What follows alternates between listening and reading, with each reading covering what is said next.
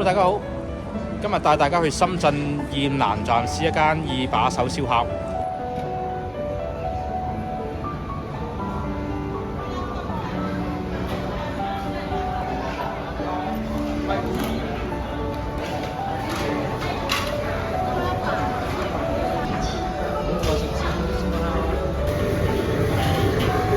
佢呢度嘅啤酒聲稱發酵30日，先做得一杯好嘅精釀。坐低就即刻要試下佢嘅啤酒先啦。呢杯桂花小麥雖然係啤酒，但係桂花味好濃厚，好清甜。佢似一杯果汁，但係又係一杯啤酒，易入口，一定要叫。時間係星期日夜晚6點幾，都客似雲來。好在 walk in 都仲有位，唔使排。佢每張台都會有個爐，保持食物熱度。台面仲有包紙巾。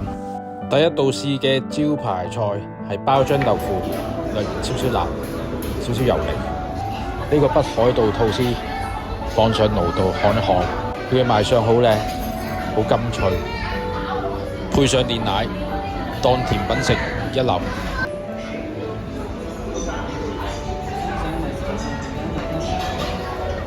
呢碟原貝蒸粉絲殼就好大啦，肉就好細。味道正正常常啦，但係個蒜蓉辣椒味個口成晚都留住。住到另一個招牌菜爆汁牛肉燒賣，佢其實即係小籠包，不過裏邊係牛肉，一樣有湯汁喺裏邊。食嗰陣時睇住辣親嘴，點啲醋食都幾得意，略嫌個皮包得厚咗少少。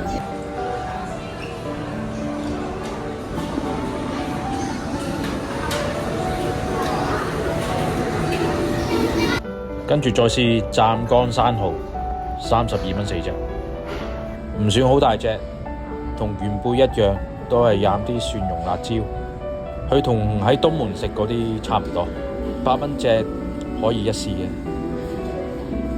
最後試埋海苔烤鮮鰻魚，呢個係全店最好食嘅嘢，我自己認為啊。鰻魚燒得好香脆，好甘香，佢個肉汁好嫩滑，成串鰻魚。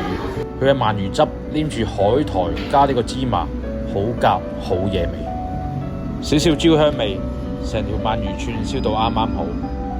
呢個鰻魚加桂花小麥，下次嚟一定要再叫。